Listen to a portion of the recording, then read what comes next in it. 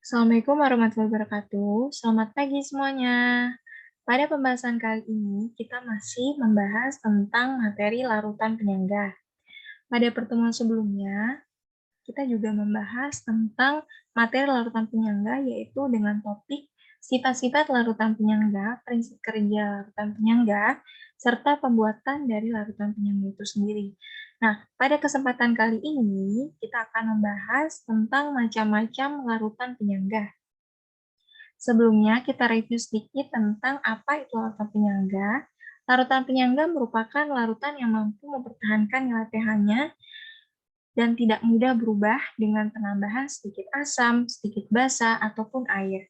Larutan penyangga bisa disebut juga dengan larutan buffer atau dapar. Tidak semua larutan penyangga dapat berfungsi sebagai larutan penyangga. Berikut kita akan masuk ke materi inti, yaitu macam-macam larutan penyangga. Larutan penyangga dibedakan menjadi dua, yaitu larutan penyangga asam dan larutan penyangga basa. Larutan penyangga asam yang sudah kita pelajari pada pertemuan sebelumnya salah satunya dibuat dari campuran asam lemah dengan basa konjugasinya atau garamnya. Pada larutan penyangga asam terjadi kesetimbangan antara basa lemah atau HX dengan basa konjugasinya atau disimbolkan dengan X-min. Berdasarkan persamaan reaksi di bawah, yaitu terjadi kesetimbangan antara HX yang mengurai menjadi H+ dan X-min. Berdasarkan reaksi kesetimbangan tersebut diperoleh persamaan berikut. Untuk mencari nilai Ka atau ketetapan kesetimbangan dari asam, yaitu dengan membagi konsentrasi dari produk dibagi dengan konsentrasi dari reaktan. Produknya sendiri di sini merupakan H+ dan X-min, sedangkan reaktannya merupakan HX.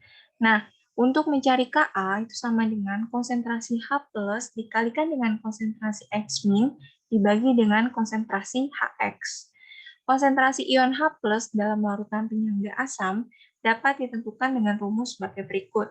Nah, dari persamaan reaksi di atas, maka dapat kita cari konsentrasi dari H+ adalah sama dengan Ka dikalikan dengan konsentrasi HX dibagi dengan konsentrasi dari X-min, di mana konsentrasi HX ini merupakan konsentrasi asam lemah dan konsentrasi X-min di sini merupakan konsentrasi dari garam.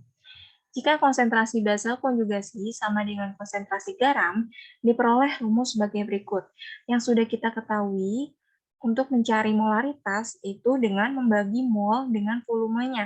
Maka di sini kita bisa coret volume totalnya karena memiliki volume yang sama. Nah, didapatkan konsentrasi H+ sama dengan ketetapan asam atau Ka dikalikan dengan mol asam dibagi dengan mol garam. Dengan demikian, pH larutan penyangga asam dapat ditentukan dengan rumus sebagai berikut. Untuk menentukan pH-nya, rumusnya itu merupakan min log dari konsentrasi H+. Konsentrasi H+ yang sudah kita dapat pada slide sebelumnya, yaitu Ka, dikalikan dengan konsentrasi dari asam lemah, dibagi dengan konsentrasi dari garam. Nah, di sini kita kalikan silang. Min log dikali Ka menjadi min log Ka, dan min log dikalikan dengan konsentrasi asam lemah dibagi dengan konsentrasi garam, didapatkan seperti ini. Nah, didapatkan pH sama dengan min log Ka dikurangi log dibuat sederhana. Jadi konsentrasi tadi sama dengan mol asam, karena volume total dari asam lemah dengan garam itu sama. Jadi didapatkan pH sama dengan pKa dikurang log dari mol asam lemah dibagi dengan mol garam.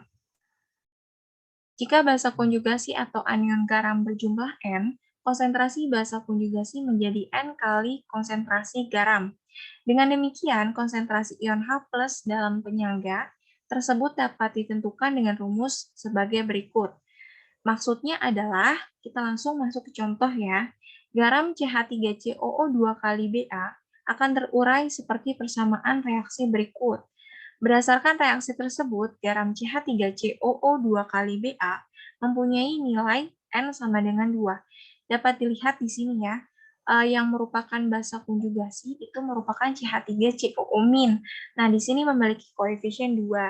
Nah, jadi kita harus kalikan dengan 2 konsentrasi dari garamnya. Lalu kita masuk ke pembahasan larutan penyangga basah. Pada pertemuan sebelumnya sudah dibahas tentang pembuatan larutan penyangga basah, salah satunya dari campuran basa lemah dengan asam konjugasinya atau garamnya. Pada larutan penyangga basah terjadi kesetimbangan antara basa lemah atau disimbolkan dengan MOH dengan asam konjugasinya yang disimbolkan dengan M+. Berdasarkan persamaan reaksi di atas, kesetimbangan konsentrasi ion OH- dalam larutan penyangga basah dapat ditentukan dengan rumus sebagai berikut.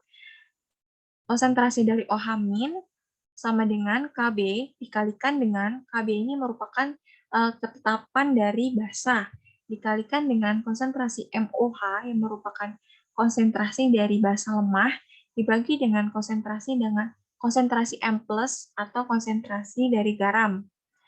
Jika konsentrasi asam konjugasi sama dengan konsentrasi garam, diperoleh rumus sebagai berikut. Ini sama dengan pembahasan larutan penyangga asam sebelumnya, di mana volume total itu merupakan sama, volume totalnya sama, maka didapatkan konsentrasi dari OH- adalah Kb, ketetapan basa, dikalikan dengan mol basa dibagi dengan mol garam. Dengan demikian, pH larutan penyangga basa dapat ditentukan dengan rumus sebagai berikut. pOH sama dengan min log dari konsentrasi OH-. Pada slide sebelumnya, sudah didapatkan bahwa konsentrasi dari OH- adalah Kb dikalikan dengan konsentrasi dari basa lemah dibagi dengan konsentrasi garam. Nah, ini bisa dikali silang sama seperti larutan penyangga asam yang sebelumnya didapatkan min log Kb dikurangi log dari konsentrasi basa lemah dibagi dengan garam. Didapatkan pOH sama dengan pKb dikurangi log dari mol basa dibagi dengan mol garam. Sama seperti larutan penyangga asam, jika asam konjugasi atau kation garam berjumlah N, konsentrasi asam konjugasi menjadi N kali konsentrasi garam. Dengan demikian, konsentrasi ion OH- dalam penyangga tersebut dapat ditentukan dengan rumus sebagai berikut. Kita langsung masuk ke contoh. Garam NH42 kali SO4 akan terurai seperti persamaan reaksi berikut, di mana asam konjugasi ini memiliki koefisien 2. Berdasarkan reaksi tersebut, garam dari NH42 kali SO4 mempunyai nilai N sama dengan 2. Dikarenakan kita lihat dari koefisien yang ada pada asam konjugasinya yang memiliki koefisien 2. Nah, jadi nanti konsentrasi garamnya harus dikalikan dengan 2. Sekian pemaparan tentang pembahasan tentang materi macam-macam dari larutan penyangga. Jika ada yang ingin ditanyakan atau ada materi yang kurang jelas, maka bisa kalian tanyakan pada pertemuan Zoom diskusi setelah ini. Kurang lebihnya mohon maaf. Wabillahi taufiq wal hidayah. Wassalamualaikum warahmatullahi wabarakatuh.